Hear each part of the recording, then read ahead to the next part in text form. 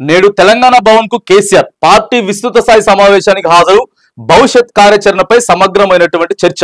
తెలంగాణ భవన్ లో నేడు మధ్యాహ్నం 2 గంటలకు బీఆర్ఎస్ నేతల విస్తృత స్థాయి సమావేశం జరగనుంది. ఈ సమావేశానికి ముఖ్య అతిథిగా మాజీ ముఖ్యమంత్రి బీఆర్ఎస్ అధినేత కేసీఆర్ హాజరు కానున్నారు. ఈ నేపథ్యంలోనే పార్టీ నేతలు కేడర్ కు కేసీఆర్ దిశానిర్దేశం చేయనున్నారు. సుమారు 7 నెలల తర్వాత బీఆర్ఎస్ అధినేత తెలంగాణ భవన్ కు వస్తున్నారు. ఇక ఈ సందర్భంగా పార్టీ అంతా కూడా ఏర్పాట్లు చేసింది. ఇవాళ తెలంగాణ భవన్ కి కేసీఆర్ వస్తాడు. ఇక కేసీఆర్ రావట్లే, కేసీఆర్ పని అయిపోయింది, కేసీఆర్ కర్ర పట్టుకుంటే గానీ నడవలేడు మరి అనేటోళ్ళంతా కూడా ఈ రోజు నుంచి సమాధానం చెప్పండి. ఎందుకనంటే కేసీఆర్ అని చెప్పిండు, ప్రతిపక్షం అయితే చెప్పిండు 2 నెలలకో 3 నెలలకో 4 నెలలకో అసెంబ్లీకి పోయో లేకపోతే తెలంగాణ భవన్ లో ప్రెస్ మీట్లు పెట్టో తర్వాత మీడియా వాళ్ళందరినీ పిలిచి ఊక సమావేశాలు పెడితే ఇక ఏంది ఆయన 10 ఏళ్ళు పొడిచిండు కానీ ఇక ఇప్పుడు మాట్లాడుతుండని చెప్పేసి అంటారని చెప్పి ఓ సంవత్సరంన్నర ఆగిండు, ప్రతిపక్ష నేత ఆగిండు. ఇవాళ వచ్చిండు కదా, మరి ఇవాళ వచ్చిండు కాబట్టి సమాధానాలు చెప్పాలి. ఎందుకు చెప్తా ఉన్నామనంటే కేసీఆర్ కి సపోర్ట్ ఇచ్చి మాట్లాడుతున్నారని చెప్తే అని అంటారు. కేసీఆర్ కి సపోర్ట్ ఇచ్చి మేము మాట్లాడతలేం, అప్పుడు పాలన ఎట్లున్నది ఇప్పుడు పాలన ఎట్లున్నది అని చెప్పి దాన్ని బేరీజ్ చేసుకొని మాట్లాడుతా ఉన్నాం. సో అప్పుడు ఎట్లున్నది ఇప్పుడు ప్రజలేం చెప్తా ఉన్నారు. అప్పుడు రైతు బంధు ఎట్లొచ్చింది, ఇప్పుడు రైతు భరోసా ఎట్లొచ్చింది, అప్పుడు కళ్యాణ లక్ష్మి ప్రజలకు ఎట్లొచ్చింది, ఇప్పుడు ఎట్లొచ్చింది. అప్పుడు కేసీఆర్ కిట్ ఇచ్చారు, మగపిల్లగాడు పుడితే 13,000 ఇచ్చారు, ఆడపిల్ల పుడితే 13,000 ఇచ్చారు, మగపిల్లగాడు పుడితే 12,000 ఇచ్చారు. ఇవన్నీ జరిగినాయి. మరి ఇప్పుడు అప్పుడు బతుకమ్మ చీరలు ఇచ్చారు. ఏడో ఒక గుడిచెలు ఉండేటటువంటి ముసలమ్మకి కట్టుకోవడానికి ఆశకు వచ్చింది కాబట్టి.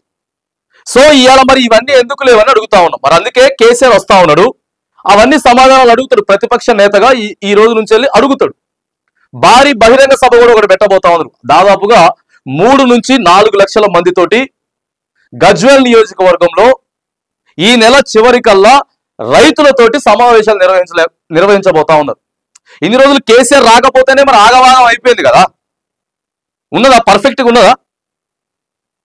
కేసీఆర్ ఆనవాళ్ళు తీసేస్తామని చెప్పి రేవంత్ రెడ్డి గారు మాట్లాడిన ప్రతి సభలో దాదాపుగా 5 నుంచి 10 సార్లు కేసీఆర్ మాటే ఉంటుంది.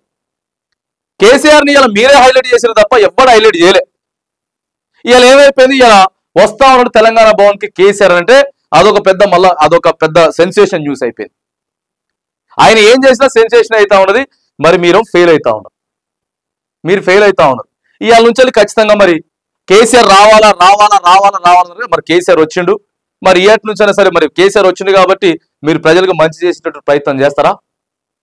ఇలా కేసీఆర్ ఎందుకు వచ్చిన దాని గురించి కూడా ఎందుకు హైలైట్ చేసి చూపిస్తా ఉన్నామనంటే ప్రజలకి పథకాలు అందుతలేవు, ప్రజలు ఆగమాగం అవుతున్నారు కాబట్టి మరి కేసీఆర్ వస్తుందని చెప్తున్నాం. ఇవాళ మీరు పర్ఫెక్ట్ గా పనిచేస్తే కేసీఆర్ వస్తే ఏందంటాం, వస్తే ఏంది కేసీఆర్ వస్తే ఏమవుతుందని అడుగుతాం ఖచ్చితంగా. కాకపోతే మరి ఇలా కేసీఆర్ వచ్చేదాన్ని కూడా చెప్పాల్సి వస్తుంది, హైలైట్ చేసి చెప్పాల్సి వస్తుంది. ఎందుకంటే ఇప్పటికైనా సరే మరి మార్పులు ఏమైనా వస్తాయా అని చెప్పి అన్నారు కదా. హరీష్ రావు కేటీఆర్ అన్నారు కదా, మా ఇద్దరికే తట్టుకోలేకపోతున్నారు వీళ్ళు, కేసీఆర్ వస్తే వీళ్ళు ఆగమాగం అవుతామని చెప్పారు కదా. మరి ఇప్పుడు ఎట్లయితుందో చూడాలి, మరి ఎట్లయితుందో చూడాలి. ఏదేమైనా కానీ ఒక మరి బీఆర్ఎస్ పార్టీ మళ్ళీ అంతా కూడా కొంత సమాయత్తం కాబోతా ఉన్నది, భవిష్యత్ కార్యాచరణకి ప్రిపేర్ కాబోతా ఉన్నది. మరి పూర్తి ప్రతిపక్ష బాధ్యతలు తీసుకొని కేసీఆర్ మళ్ళీ రాబోతా ఉన్నాడు, మీటింగ్లు ఏర్పాటు చేయబోతా ఉన్నాడు అని చెప్పి బీఆర్ఎస్ పార్టీకి సంబంధించినటువంటి ఒక వార్త అయితే ఇక్కడ కనబడతా ఉన్నది.